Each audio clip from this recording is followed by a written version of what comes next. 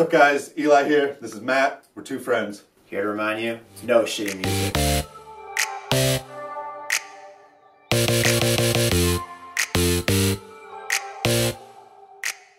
That's my yearbook picture from 5th grade. Was that a real quote? What? That was the real quote, right? Yeah, I think so. Yeah. They definitely allowed it in 5th grade. The inspiration for those mixes, kind of just randomly, I remember working on it when I was a pledge in my fraternity at study hall. Just kind of an idea to do like mashups at the time were kind of going a little like they weren't as cool, but the idea of like doing a continuous hour-long thing that could be sort of fun.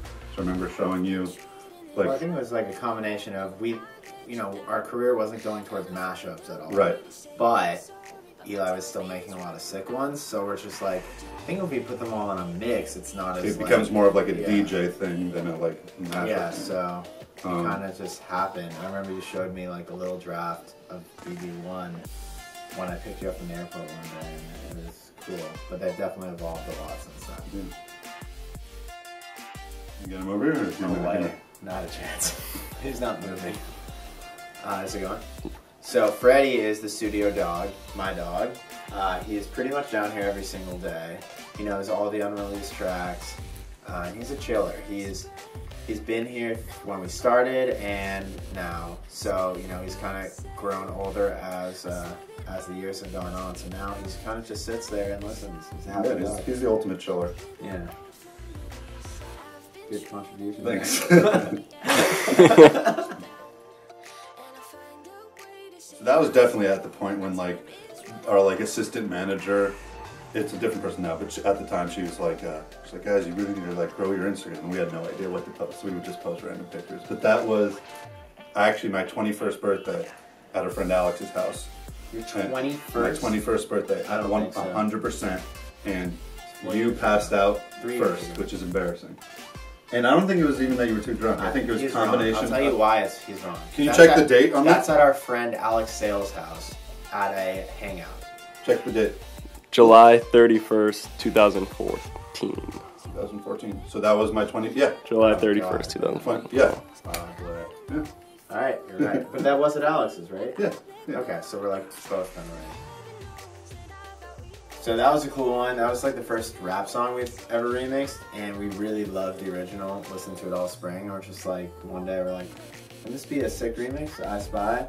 Definitely college would like it, and other people like it too. Yeah, I mean, in general, when we choose a song, there's not really ever one formula that we use.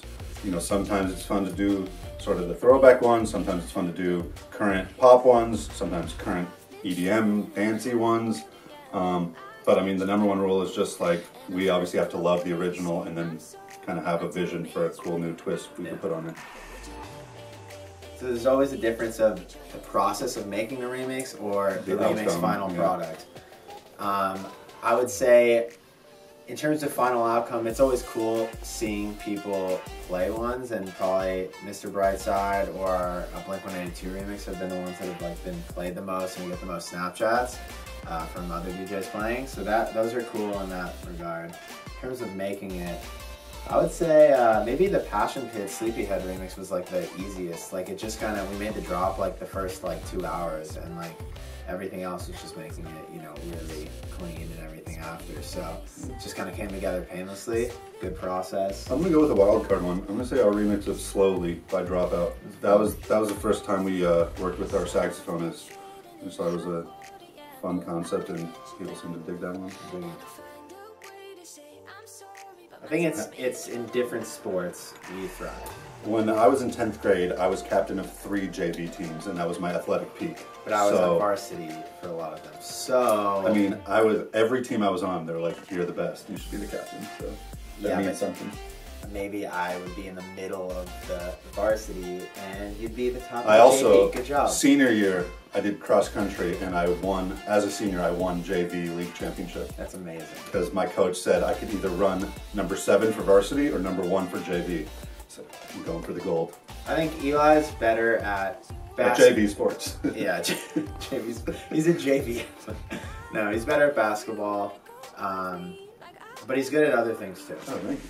I think he's not as good with hand coordination. I'd agree. That's weird. Yeah. Matt's good at football, baseball. So that was at the SoundCloud office in New York City, which was awesome that they invited us to come hang out for a bit. And that picture specifically was like in front of their wall where a ton of cool artists have signed it, so it was cool. In terms of SoundCloud recent news and stuff, I mean, I don't know, I feel like a lot of it was kind of like sensationalist, like, oh no, they're done forever. I mean, I definitely think it's not necessarily at its peak where it once was a few years ago, but I think everything's like going to be fine, and obviously for us it's like a super important platform. Definitely would not be where we are without that, and still very important for us. Definitely been a strong building block in every musician in our realm's career. That is a photo shoot for t-shirts we put out earlier this year, and those are my grandparents, and they are awesome. We basically, in the camp, you know, this was after we took a bunch of pics for like, 10 minutes with them. And we're like, Grandpa, why don't you just try flicking the camera off? And he's like, what? Just like, go like this to the camera. He's like, okay. But now he got it. He gave the right, angry grin. They've done some. Yeah, they've done a couple other appearances on our social media. Yes. They're always troopers. They live like 10 minutes away, so if we ever need, some cameos, we just call them up, and they're always very, very happy to help. Yeah, better than Craigslist. We did this like photo shoot on a rooftop in Westwood nearby, and it was just an epic background, and we thought perfect place to let the Well, it was like that, we were shooting for like 30 minutes, we're about to leave, and we're just like, yeah, what would be a better picture for Instagram or whatever than every single picture we've taken? Let's just take our pants off. The pants. And then shortly thereafter, we got an angry security guard coming up and kicking us out, but worth it. Worth it. So we've been fortunate enough this year and last year just to been traveling a lot, playing a lot of the same shows as fellow artists. Young Bomb's just an example of some of the homies we've met along the way. That was in Miami at around 7 a.m. Yeah, that was if we look like we are like ghost white and about to fall asleep, it's because we literally were about to fall asleep. Yeah. But yeah, we saw them also in Barcelona. We've seen them all over the place. They're good dudes. Yeah, that was one though. I wish we could say we're cool, and we had the 5:30 a.m. set, and we just partied all night until 5:30. We actually went to sleep, got like 9 p.m. to like 3 a.m. Yeah, got like a decent sleep. Yeah, 6 and then, hours. So that was a morning set for us, not a late night set. Yeah, and then we went to breakfast after. Yeah, it's great. Great start to the day.